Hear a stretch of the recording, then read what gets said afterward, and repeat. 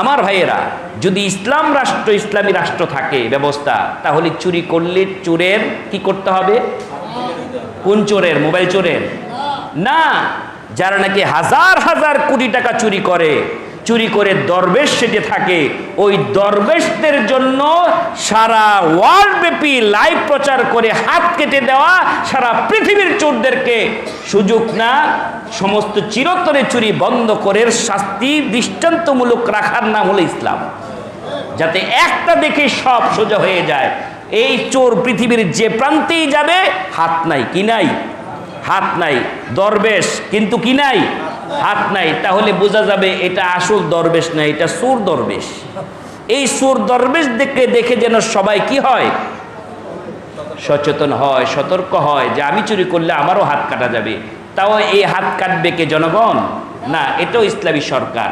ডাকাতি করলে এই ডাকাতের শাস্তিও আছে, এক হাত এক পা উল্টা দিকে কাটার নির্দেশ, এটাও সরকার করবে। আমার ভাইয়েরা, সবই বিচার ব্যবস্থা ইসলামী রাষ্ট্রে আছে, কিন্তু সেই ইসলামী রাষ্ট্র যদি না থাকে, তাহলে ন্যায্য বিচার কিন্তু আমরা কেউ পাবো না। দেখা যাবে টাকা দিয়ে, পয়সা দিয়ে, ক্ষমতা দিয়ে, বিভিন্ন ওয়েতে হাজার হাজার মানুষের খুনিও পালিয়ে যাবে, আবার হাজার হাজার টাকার বিনিময়ে চোরেরা রাজার মহারাজার হালতে আবার নতুন করে চুরি করার জন্য আবার ফিরে আসবে। কথা বলেন ঠিক কিনা? কাজে আমার ভাইয়েরা, ইসলাম এই পথগুলিকে সুন্দর করে বন্ধ করে দিয়েছেন, শাস্তির অপরাধ। এখন আসেন, মানুষ মারলে কত অপরাধ, নিরপরাধ একটা মানুষকে মারলে। আমরা অনেক সময় ভুলে যাই, একটা চোর ধরা পড়ছে, সবাই মারতেছে, লাত্তি দিচ্ছে, কিলাচ্ছে। আপনি বাজারে যাচ্ছেন, আপনি কিন্তু কোনো দিন খুন খারাপির পক্ষে না, খুন খারাপি করেন না, আপনি খুনির এরকম কোনো কাজ না, কিন্তু আপনার মনের ভিতরে একটু ঝাল উঠছে, এই আমার মোবাইলটা নিছিল, আমার সাথীটা নিছিল এক চোরে, হ্যাঁ, কাজী এই আইসকা পাইছি, মাঝখানটা গিয়ে আপনি একটা কিল দিছেন, কি দেন না এরকম? যদি চোর ধরা পড়ে, ফাঁকে দিয়া সাথী দিয়ে একটা বার করে, এই তো পাইছি আমিও একটা দিয়েই দেননি। যদি এই চোরটা মারা যায়, এই কিলাতে মারা যায়, যতগুলি লোক এখানে মারার কাজে অংশগ্রহণ করেছে, প্রত্যেকটা খুনির আসামি।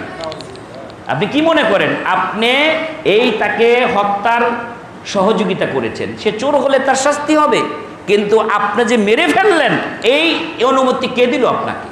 আপনি যে মারলেন, অথচ দেখেন আপনি এই চোরটাকে যদি আবার হতে পারে আপনার চোর রে আবার বাঁচামু, এর তো মারছে ঠিকই আছে, এরকম মনে হয় না? কিন্তু না, ইসলাম আপনাকে এই অনুমতি দেয় নাই। বরঞ্চ ইসলাম বলছে, শোনো, একটা মানুষ হত্যা করলে তো সারা পৃথিবীর মানুষ হত্যা করার সমান অপরাধ। আর শুনে রাখো, একটা মানুষকে যদি জীবন বাঁচিয়ে দাও, তাহলে কি নেক কাজটা করলা? শোনো, আল্লাহ তাআলা বলছেন, ওয়ামান আহইয়াহা ফাকান্নামা আহইয়ান নাস জামিআ। যদি একটা মানুষকে বাঁচিয়ে দাও, বাঁচানোর জন্য সহযোগিতা করো, মারতে যদি না দাও, তাহলে মনে রেখো, একটা মানুষকে বাঁচানো মানে সারা পৃথিবীর মানুষকে রক্ষা করার সমান সওয়াব হয়ে যাবে। তাহলে আমরা কোনো মানুষ মারার সহযোগিতা করব না মানুষ বাঁচানোর সহযোগিতা করব? মানুষের বাঁচানোর সহযোগিতা করব। কে কোন দল করেন আমার জানার বিষয় না।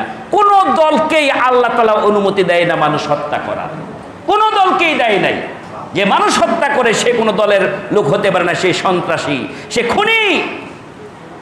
যারা এই খুনিদেরকে প্রশ্রয় দেয়, সাপোর্ট করে, ভোট দেয়, তারাও খুনি। কাজী আমার ভাইয়েরা, খুব সাবধান, কোনো খুনির সাথে আপোষ করা যাবে না, খুনকে সাপোর্ট করা যাবে না। বরঞ্চ মানুষকে যারা নিরাপত্তা দেয়, মানুষকে যারা বাঁচার জন্য সহযোগিতা করে দেয়, তাদের পক্ষে থাকবো ইনশাআল্লাহ।